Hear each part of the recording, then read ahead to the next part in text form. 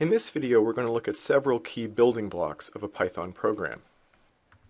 Variables are used to store a value so that we can use it later on. So you can see here I'm taking the value 77 and storing it in the variable temp for temperature. And I'm doing that in the Python shell.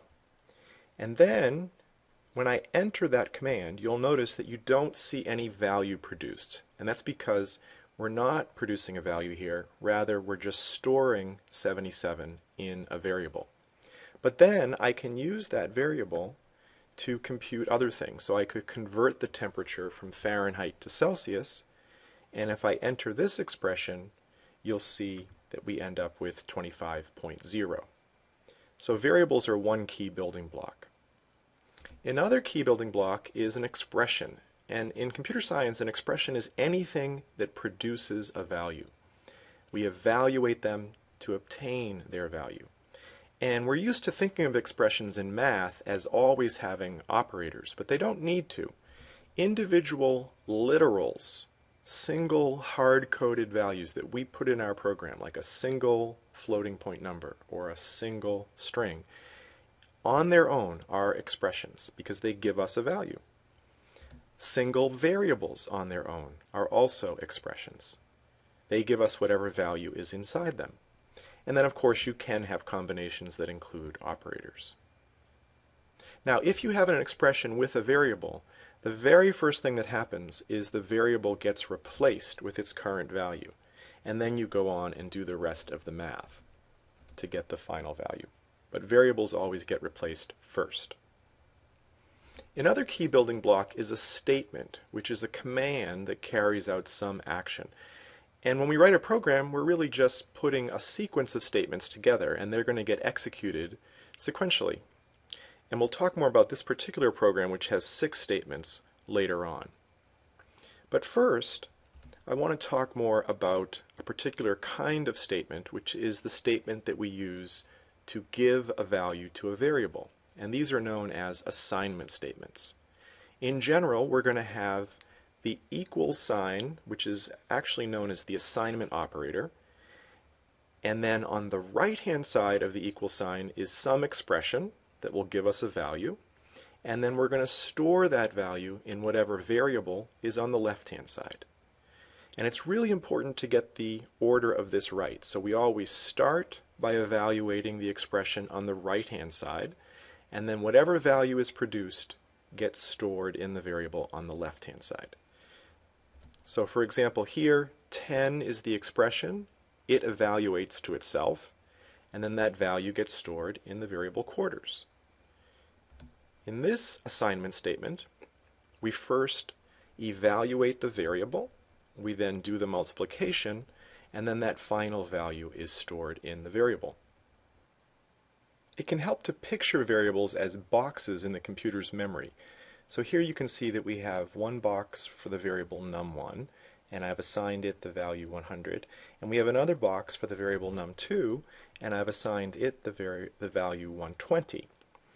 It's perfectly okay to change the value of a variable over time. So here I'm reassigning num1 the value 50, and so now the picture in memory is going to look like this. Then I'm changing it again. So here I'm saying, let's take the current value of num2, which is 120, multiply it by 2, and then that final value, 240, is getting stored into num1. So I've changed num1 again. Now let's say we change num2 to be 60.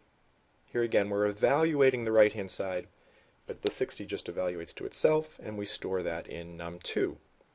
And the question is, what is the value of num1 at this point?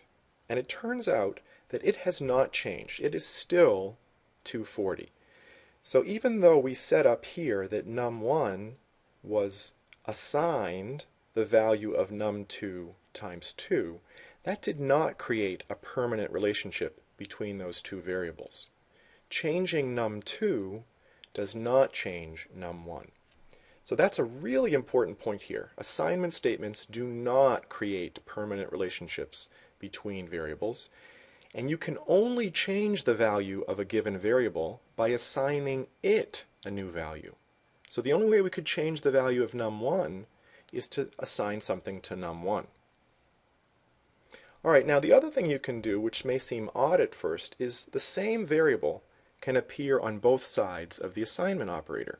So here I have a variable called sum, which I've assigned 13, another variable called val that I've assigned 30, and then I'm going to do this assignment statement here, and you can see sum appears on both sides.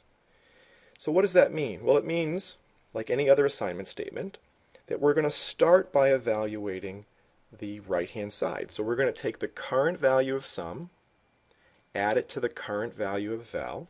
That gives us 43, and then that result is going to get stored back into sum. So we've based the new value of sum on the old value of sum. Here's another example. We take the current value of val, multiply it by 2, and then that result is stored back into val. So val is now 60. And here again, changing val does not change sum. Now, once you have a collection of statements, you typically want to be able to keep them around and use them again. And so we're going to put them in a text file, and we're going to store them in a file that has a name whose extension is .py. So in this case, I've taken this collection of statements and I'm storing them in a file called coins.py. And I've already got that here on my machine. And you can see here I'm using a text editor that comes with Python, and it gives me some nice color coding. And I've actually added in a blank line here. That's perfectly okay. I've also put in a comment so that I can explain what the program does. Comments begin with this hashtag symbol, and they are not executed. They're ignored by Python. They're just a good way to document what you're doing. And you can see comments show up as red in Python. Now we can run this program by coming up here and clicking Run and then Run Module. Module is another name for a program. And then down here in the shell, you'll see the result of the program, which is to tell me what this collection of coins up here, which I'm using 4 different variables for, what its value is. So you can see here I'm using an assignment statement to figure out the value and assign it to a variable called cents. And then I'm using a new type of statement called a print statement to print the result. Print statements begin with the keyword print, and then in parentheses we have one or more expressions separated by commas. Those expressions are evaluated first, and then the resulting values are displayed on the same line, separated by spaces. For a blank line, we can just omit the expressions, but you still need the parentheses. Here's one example. We have 3 expressions being printed. Again, they are evaluated first. So the string literal here evaluates to itself. These mathematical expressions are evaluated. And then those final values are printed, separated by spaces. So the blue stuff here is what actually gets printed. Notice that for strings, the quotes that surround the string literals don't get printed. Here's the print statement from our program. So let's assume again that cents is assigned 89. We're then printing a string literal followed by the variable cents followed by the string cents. And notice the distinction there. Here we have the variable cents because there are no quotes. Here we do have quotes. So this is not the variable, it's a string. And so when we evaluate those, the variable evaluates to its value, but the string evaluates to itself. And so the final output is what you see here in blue. Now, one final thing I want to briefly talk about is the type function, which lets you figure out the type of an expression. If you give it a string literal, it'll give you this type, str, which is what we use for strings. If you give it an expression like 5/2, remember the single slash always gives us a float, so the type of that is float.